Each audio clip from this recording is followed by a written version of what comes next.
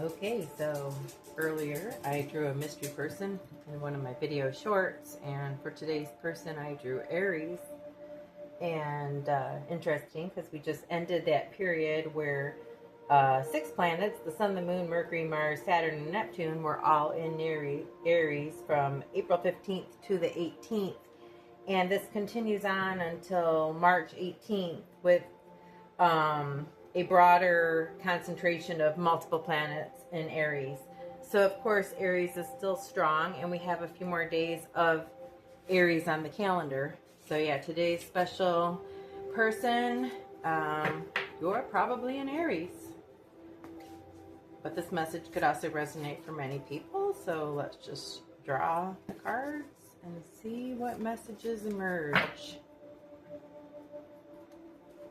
Stop doubting your divine self. Wow, this is so important. And I know when I do personal readings, I get this one almost daily. And I'm reminded to stop doubting myself and stop using my quote-unquote rational mind entirely, because that's actually what's getting us in trouble. In human design, we learn how to listen to our body and our chakra systems and how to make better decisions through that. And the whole concept is ignore those noises coming out of your head or the dog's barking in the background. But yeah, stop doubting just what you know intuitively as you're moving through it. If you're a generator, don't doubt your sacral energy. If you're a manifesting generator, don't doubt your sacral energy and even your solar plexus, your emotions. If you're driven by your spleen, you've got to go with your gut every time. So it's so important to do that work and find out your human design report. And if you want to know more about that, I'm happy to chat about it one-on-one. I mean, for free, just to help explain it to other people. But there's tons of great videos on the topic. I did a really deep dive, a little bit about me. I'm an intuitive researcher, always looking for answers, never content to just accept things as they are. I do have a closed crown and ajna, and despite that, I consider myself very open-minded. I've gone through many phases of trying to believe in a deity, but not quite believing in it because of mixed messages about love. Kind of arguing about it as a young child, and then sort of being in a atheist space, and then sort of being into more of an agnostic space. Like, obviously, there's more than just science. And of course now we're at the point where science and spirituality and religion are all telling the same story. So, for a person like me, an intuitive researcher, it's a lot easier to believe. And when the answers did start to come to me as far as like who we really are, and how we are source and we are creator and that we never die, everything landed in place. Even as a small child, I questioned having been here before. I knew I had been here before. I didn't like it before, and I didn't like it this time. I never liked it here. People took that personal. It was never personal. I just did not fit in here. I did not like it here. When I was true to myself, people thought I was strange. I didn't fit in. I just wanted to kind of blend in for the longest time. And now I'm finding out that blending in was not my purpose. And that means letting go of earthly ego and of ever being a people pleaser, or ever being someone even that blends in and matches the rest of the universe. And instead, I'm just trying to listen to my guides and direct me and not overanalyze any part of the day or any part of my life. I've shut out negative energy and news sources, other than kind of the bare bones essentials. I'm less concerned about just interplanet issues that may be in the news just meant to invoke fear and anxiety. And I'm more interested in the galactic universe and really the soul and the soul's evolution and humanity's awakening and evolution. So if you're here and any of this resonates at all, or maybe it just slightly resonates, I think you're here for a reason. I think your Other versions of yourself are helping you find information to help you understand yourself and your purpose on this earth. And, astrology was like the beginning. Tarot's the beginning. But I encourage everyone, get a deck of cards. This is my own custom one, which combines a little bit tarot, a lot all the astrologies, all the major arcana of tarot, a king and a couple kings and one queen from tarot, but a lot of just inspirations that I was guided through starting in December, when one day I just decided to manifest art. As a child, I loved making faces. I've collected face art paintings throughout my life. That's completely my brand. But now I'm starting to see it as like the meaning behind it and the soul as well. So anyway, these paintings all came to me one by one. I was producing, I don't know, 40 a week nonstop during my holiday time off. And I was really painting like crazy. And Spirit kept saying, now you've got to get this art out there. I toyed with selling it. I didn't really want to sell it per se. I toyed with having booths somewhere, and I'm still toying with that.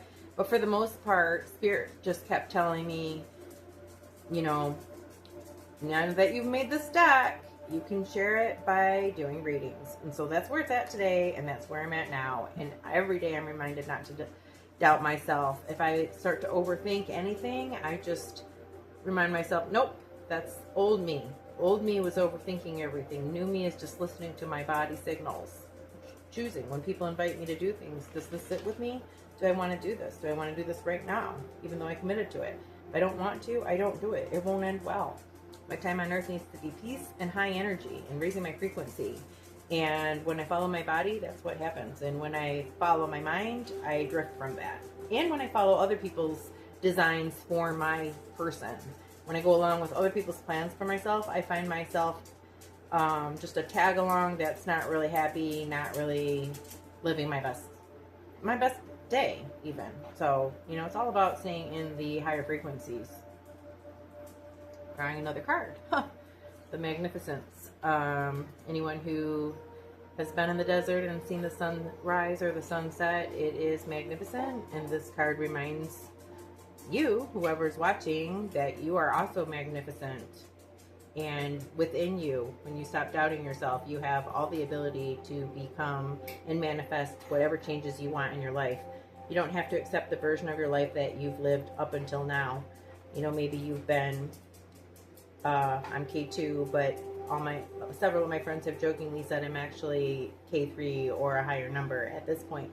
But K2 just stuck as a moniker for so long that, I'm using that for my art and so forth. But yeah, you may have kind of leveled to a new version of yourself, but maybe you are still surrounding yourself with people that don't accept the new you, or don't understand the new you, or don't like the new you, which can be really soul crushing when you think you're on this path and you've done this wonderful thing and you've changed and you're moved. You yourself are in a state of bliss and peace and contentment, and yet everywhere you go you seem to wreak a trail of unhappiness and havoc around you, and you're thinking, what have I done? And the truth is nothing, but you're on a different frequency now from some of the past people in your life, and you're not connecting, and you're not able to connect with them. And as much as you want to drag them down the same path that led to your happiness, it's going to happen on their timeline, in their way, and they're going to stumble upon their clues, much like you're stumbling across this clue and other clues on the internet. And I'm telling you, if you stumbled on this, it's kind of a crazy chance, because right now I'm talking a lot to the air. I'm doing this without a following. I'm not promoting my videos. I'm not, even telling my friends and family about my videos per se, because for the most part, I have become a kind of a freak, and I'm not the same version that some people, knew and loved, and a lot of people are made very uncomfortable by my messaging. So I'm not promoting it at all. And if you find it, it's kind of insane to me.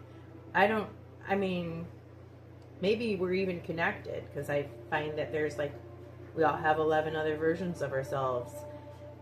you know, and in dream space, we're kind of connected with them. Wildly, if you take every sci-fi thing and every fantasy thing and you say it's possible, that's where it's at, folks. That's what's true. Anyway, you're magnificent. You're a creator. You're probably a survivor. You're a female. You've survived something. You've survived the patriarchy, right? You're here today to tell about it, and you're changing and you're growing, and that is a magnificent thing in itself. But yeah, you deserve all the love, you deserve all the light, and anything that's around you that's dragging you down, whether it's family, former friends, whether it's a career that doesn't suit you, you can manifest what you want and make a better future for yourself. I promise you, you can do this. You can do whatever you set your mind to. I did not paint. I never really painted. I've taken maybe 3 paint classes where if I was with a group of friends, mine was probably right in the middle. And I went from that to having 100 paintings and all made into this deck, all within like a month. I mean, the deck kept growing. And then I started to create, like I was directed, oh, make these mystery stickers. And I'm using those for drawings, like just to help gear my messaging. But yeah, it's like all this came out of nothing.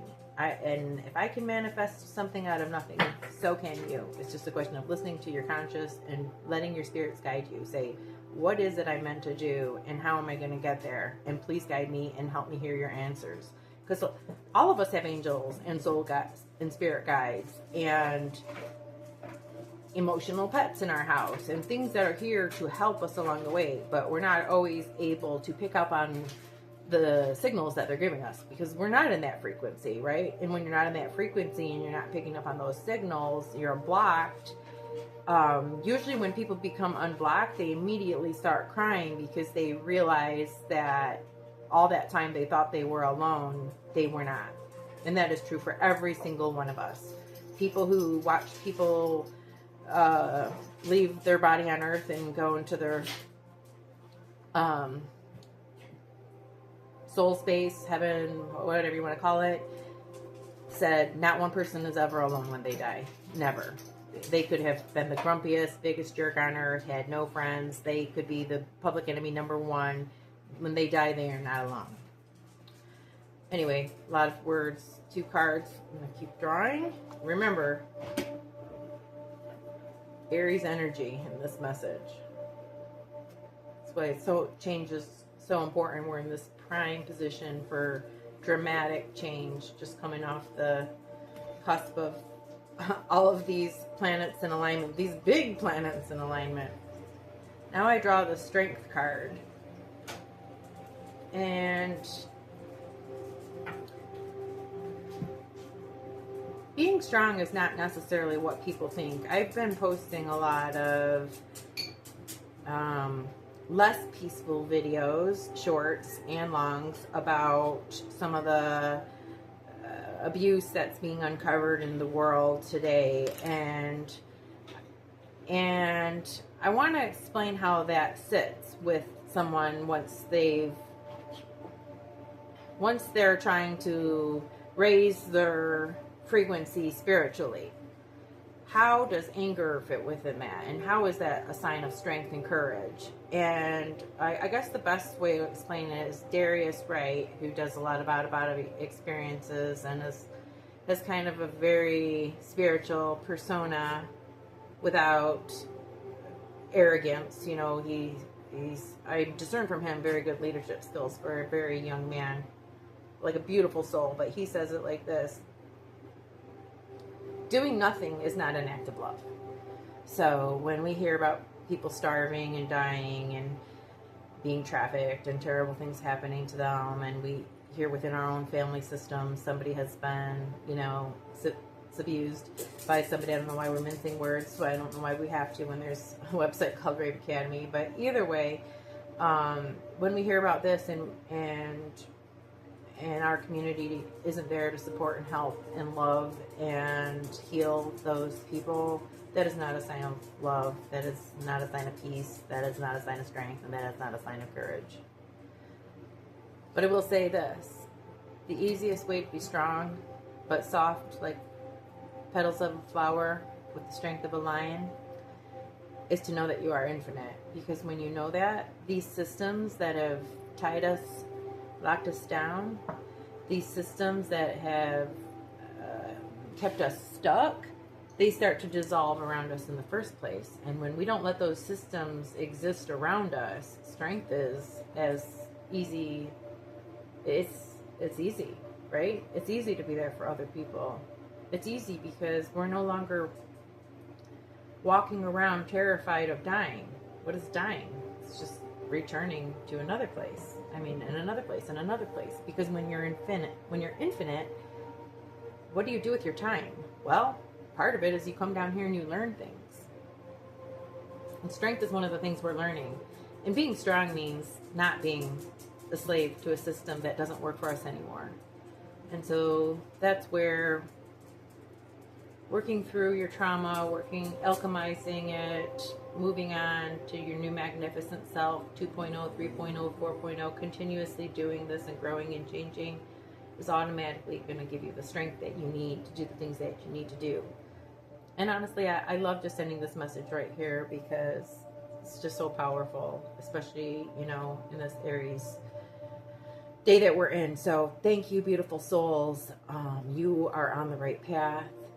Don't let fear of other people ridiculing you or not understanding you or not believing in you stop your journey. You are exactly where you need to be.